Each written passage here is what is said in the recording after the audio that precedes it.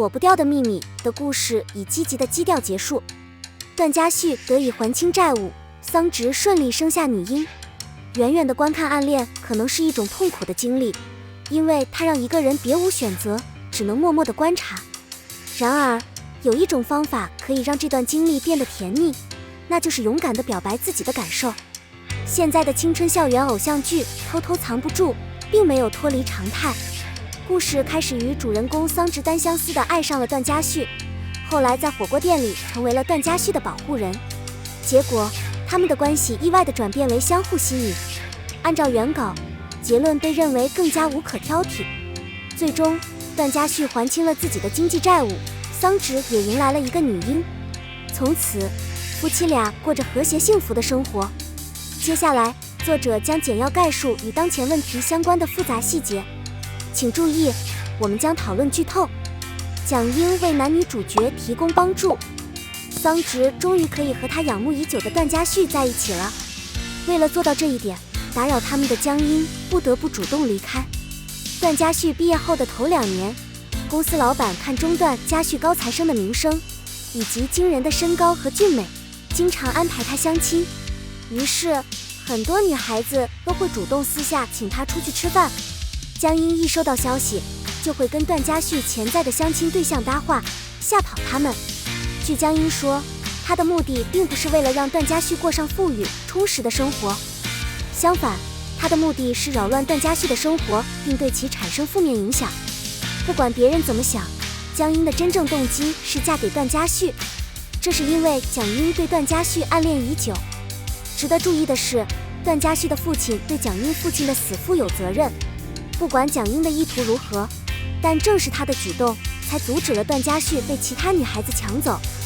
还清了未偿还的债务后，段嘉旭得到了岳父的认可。自从桑植火锅店把怒火发泄到段嘉旭身上，把茶水泼到江英脸上的事件之后，段嘉旭对桑植的情绪就发生了转变。之前他一直把桑植当妹妹看待，现在他发现自己对桑植的感情更加深厚和真挚。两人确定恋爱关系后不久，桑植的哥哥和父母就陆续意识到哥哥说话粗暴，缺乏同理心。尽管他口头上批评段嘉旭，但心里还是欢迎他加入这个家庭。然而，他的父母并不那么乐于接受。准新娘的母亲得知情况后，坚决反对这门婚事。他拒绝的依据是段嘉旭的父亲是植物人。桑植对于段嘉旭来说，就像一束阳光，给他的生活带来温暖和光明。他不肯轻易放弃，他的坚持最终得到了回报。他不仅还清了债务，还通过勤奋和决心为即将举行的婚礼找到了一套房子。最终，桑植的父母不仅认可了段嘉旭，还欢迎他像自己的孩子一样融入家庭。桑植迎接了一个刚出生的女孩来到这个世界。在我偷偷藏不住的附加板块中，时年27岁的桑植与搭档段嘉旭一起迎来了充满活力、迷人的女儿段木桑的到来。文本的一种可能的再现可能是，段嘉旭给他的孩子起的名字很可能是为了平息他自己的父母的遗憾，他们的名字分别是段志成和徐若书。段嘉旭的父母给孩子取这个名字，很可能是希望孩子能成为他们幸福和满足的象征。段嘉旭的父母中，一位因劳累过度去世，另一位自杀未遂，成为植物人，实在是一大不幸。于是，段嘉旭的生活充满了巨大的困难。段嘉旭选择给他和桑植的孩子取名段木桑，显然，他希望完成父母未尽的心愿，让后代见证他们的爱情。综上所述，躲不掉的秘密的结局可以说是一个了不起的成就。段嘉旭还清了债务，桑植迎来了女儿的出生。不断刷屏，偷偷藏不住的制片人不是别人，正是桑植。他在赵露思心里占有特殊的地位。6月20日，优酷独家播出青春爱情剧《躲不开》。该剧在上映前就已拥有大量粉丝，该剧全网预订量突破450万，打破了此前优酷剧的记录。具有类似主题的系列。据透露，《躲不开》是诸暨同名 IP 改编，由李庆荣执导，赵露思、陈哲远、马伯骞等主演。该剧讲述了女孩桑植遇到段嘉旭，从单方面的痴情到共同的感情的故事。预告片发布后，观众纷纷称赞《偷偷藏不住》的选角与原著惊人相似，纷纷留言浪漫治愈感十足，非常适合暑假看的剧。在最近的剧情中，桑植遇到了几次棘手的情况，并多次得到段嘉旭的帮助。这次帮助给他留下了深刻的印象，让他对他产生了感情。于是他给自己设定了一个目标，努力工作，刻苦学习，立志要和段嘉旭一起取得成功。最终，观众被桑植的个人成长和情感历程所吸引，成为整部剧发展的动力。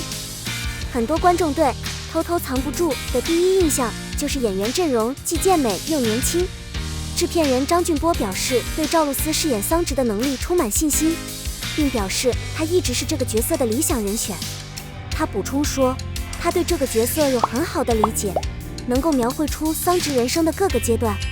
导演李庆荣称赞马伯骞在电视剧中对桑延的演绎既真实又现实。在他看来，马伯骞对桑延的塑造堪称影视版人物的典范。电影《偷偷藏不住》的氛围和细节具有鲜明的青春活力和引人注目的青春特征。导演李庆荣解释说，为了捕捉年轻人纯洁美好的情感，主创团队对道具进行了精心的审视和打磨。影片中送给桑植的狐狸娃娃和白熊，象征着年轻人表达情感的方式，也是少女天真心灵的外化。特写镜头的运用配合演员细致入微的表演，是光影构图的常用手法，浪漫的描绘与写实的基调呈现。据报道，优酷今年暑期档将主打年轻化内容。正在热播的《当我飞向你》改编自朱记小说，青年导演毛叔叔对青春美学有着深刻的理解，成功地再现了真实的校园氛围。优酷还将推出精彩等现实题材节目，龙童则以青春与成长为主题，以多视角呈现。可以说，同龄的宋威龙和吴磊仅凭外表就在姐姐组中获得了不同的评价吗？在吴磊的最新作品《长歌行》中，比他大7岁的妹妹迪丽热巴也加入了他的行列。单独来看，两人的外貌特征都非常吸引人，他们都属于传统上美丽的男人和女人的范畴。然而，他们的配对并不是那么天衣无缝。吴磊年轻的外表让他显得有些娃娃脸，给人一种尚未完全成熟的印象。即使他的角色需要更成熟的风度，但仍然不太合适，就像一个穿着超大号衣服的孩子。拥有固定的印象可能是有害的，就像吴磊的例子一样，他在表演中表现得比实际年龄大。表演的熟练程度可能是演出开始前取得成功的关键因素。1999年诞生了两位冉冉升起的偶像，吴磊和宋威龙。尽管成熟度和外貌上有差异，但颜值上却是旗鼓相当。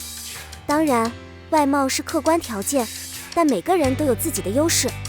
娱乐业营造了一个欢迎多元化偶像的环境。随着吴磊和迪丽热巴的最新剧继续播出，是什么促成了其成功的问题仍然存在。或许他们的演技才是关键因素。出色的表演能力可以使人们忽视作品中的许多缺陷。就拿孙俪和罗晋来说，他们的化学反应并不是特别强烈，他们的戏也被批评过于形象。尽管存在这些缺陷，该剧仍然吸引了观众。这证明了一个事实：出色的表演并不是一部成功的戏剧的唯一关键。虽然演员之间强烈的化学反应经常被吹捧为关键因素，但它并不是唯一的因素。如果两位演员能够在一部新作品中演绎出引人入胜的表演，即使他们的化学反应不那么强烈，也能受到观众的好评。在我看来，即使缺乏化学感，观众还是会欣赏演技好的节目。